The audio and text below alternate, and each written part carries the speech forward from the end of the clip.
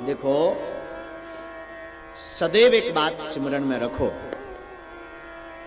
अपने से श्रेष्ठ के पीछे हमेशा चलने का संकल्प लो। अपने से श्रेष्ठ के आगे चलने का प्रयास करोगे तो बिगड़ जाओगे। अपने से श्रेष्ठ के आगे मत चलो। गुरु को गुरु रहने दो। तुम चेला जी हो, चेला जी बनो। गुरु जी बन गए गड़बड़ हुई जाएगा। काउदर खपरिया तुम्हारी गायब हुई जाएगी। अपने से श्रेष्ठ से, जो आपके माता पिता हैं, आपके अभिभावक हैं, आपके उच्च हैं, उनके आगे आपने विद्वत्ता दिखाई, बड़प्पन दिखाया, जिन्होंने ही सिखाया। का होगा भैया? कछु नहीं होगा। वो भगवान का करेंगे? दू ठोक माइंड के तार ढीले कर देंगे। का हो गए? महाराज पगले आ गए, अब काऊ कथा सुनेगा हो भैया, लट हो टमाटर और मारेगा। हाँ जी, अन्ना जी, इसलिए ध्यान रखिए भैया, आप सदैव स्मरण रखें, अपने जीवन में एक श्रेष्ठ को रखें और श्रेष्ठ से आगे जाने की चेष्टा ना करें। सदैव भगवान से यही प्रार्थना करें कि हे माधव, हे गुरुदेव, हम सदा ऐसे महापुरुषों के पीछे चलते रहें।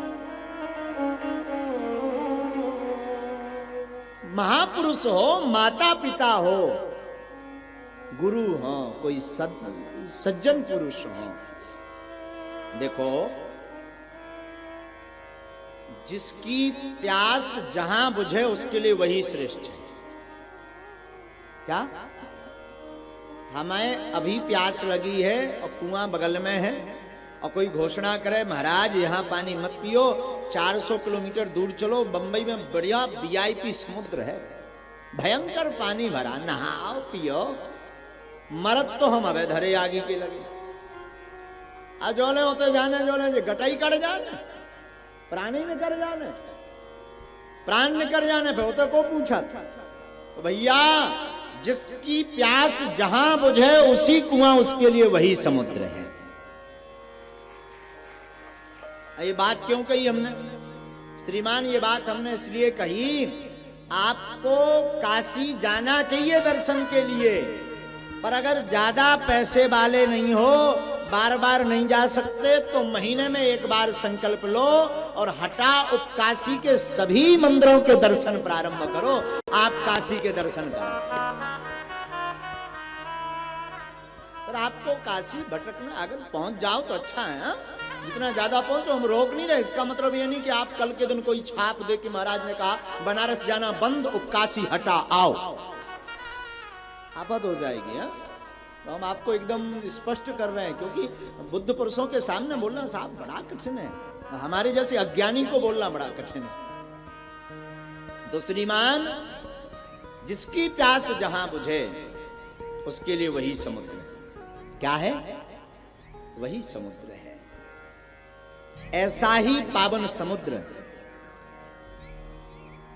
आज से हम 7 दिन तक के लिए गौरी से, देखो कितना सुंदर स्थल है। सामने महादेव का मंदिर, सामने सन्मुख ही है ना, सन्मुख महादेव का स्थल, ये दद्दा मंच, और पीछे शायद यहीं के सब संत होंगे, काशी के ही, उपकाशी के ही, उपकाशी के सभी संतों का विग्रह। मतलब सामने से भी महाराज ऊर्जा लीजिए, पीछे से भी आशीर्वाद लीजिए, ऊपर से हनुमान जी का आशीर्वाद लीजिए, भागवत में मुकदर रखो सो बागेश्वर बालाजी को आशीर्वाद लो। अब कहूं से बाबा जी तुम बचबे बारे नहीं है, ये बड़ी दया। ऐसा अद्भुत स्थल इस प्रांगण में आज से 7 दिन तक हम आप सभी ठाकुर जी की गाथा को गाने को बैठे हैं। परम सौभाग्य की बात है। देखो, एक बात और बोले, भगवान की गाथा को धैर्य पूर्वक सुने। कैसे सुने? 3 घंटा मनोरंजन के लिए नहीं, कब चोट सत्संग की लग जाए कोई ठिकाना नहीं है। इस भाव से बैठे कि कबहू तो दीन दयाल के झनक पड़ेगी कान, कभी तो उन माधव को कभी तो उन राघव को, कभी उन महादेव को हमारी बात सुनाई पड़ेगी, गीत के माध्यम से, संगीत के माध्यम से, भजन के माध्यम से। कहूं तो वो कृपा करके कभी तो कहेंगे तू हमारा हम तुम्हारे। मैं प्रार्थना करूं, आप सब भटकी हुई गोपियां हैं, हम आप सब मोहन की भटकी हुई गोपियां हैं। है तो गोपी भाव के पर भटक गए हैं। किस चक्कर में? माया के चक्कर में भुलाने पड़े, भूल गए। जिस प्रकार कोयला के खदान में जो काम करता है, तो उसने देखा होगा कोयले में भी कभी कभी हीरा मिलता है, कोयले में भी कभी कभी हीरा पाया जाता है, पर अगर उसमें कालिख लगी हो तो बहुत जल्दी बड़ा उच्च स्तर का पारखी भी पहचान नहीं पाता। और कब पहचानता? जब उसे कपड़े से बढ़िया साफ किया जाए या धो दिया जाए। फिर वो 1000 कच्चे हीरों में एक पक्का हीरा डला हो तो पहचान में आ जाता ये असली वाला है। हाँ जी या ना जी? उसी प्रकार हम संसार में आए हैं तो माया की जो गंध है वो लग गई। प्यारा क्या लगता? संसार की बातें बड़ी प्यारी लगती। महाराज अभी राजनीति की चर्चा कर दें, कई लोगों के कान खड़े हो जाएंगे, वाह। अच्छा, किसी को घुटना दर्द हो रहा हो, हम कथा में बता दें, सुनो भाई घुटने की दवा, तो जो कथा सुन नहीं रहे होंगे वो भी कान खड़े कर लेंगे। अच्छा बताएंगे क्या? सुनो जरा।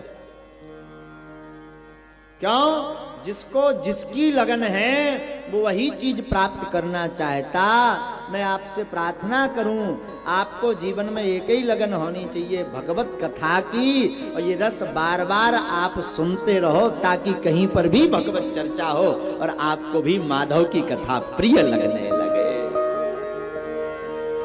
फिर होगा क्या?